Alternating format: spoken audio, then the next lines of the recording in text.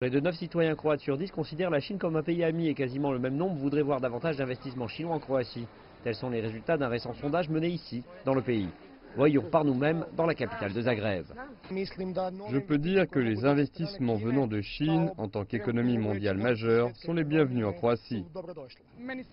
Personnellement, j'aime la Chine et je pense qu'à l'avenir, la Chine sera une nation leader du monde et brillera encore davantage.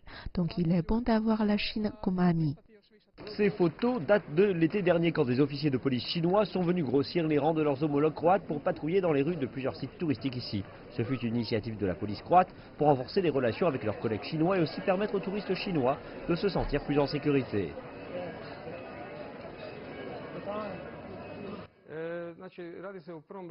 Si un incident est connecté à des citoyens chinois, s'ils sont victimes ou auteurs, dans ce cas, des officiers de police chinois qui se trouvent en République de Croatie sont appelés pour assister.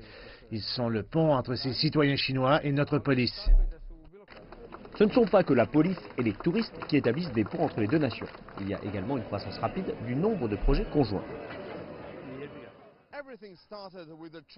Tout a commencé avec l'investissement chinois au sein du célèbre constructeur automobile de véhicules électriques Rimac Automobili, puis d'un investissement dans Krapinske Toplispa, puis d'importants accords commerciaux obtenus en dépit de l'opposition de l'Union européenne.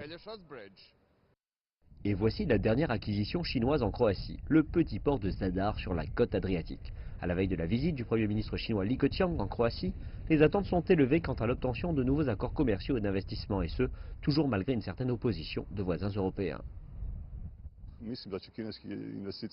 Je pense qu'il y aura davantage d'investissements chinois en Croatie et que l'Union européenne n'a pas les moyens d'arrêter cela.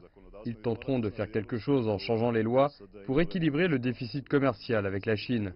Sur le long terme, l'équilibre sera atteint, mais malgré tout, la Chine gagnera une position renforcée dans l'UE, ainsi que la Croatie.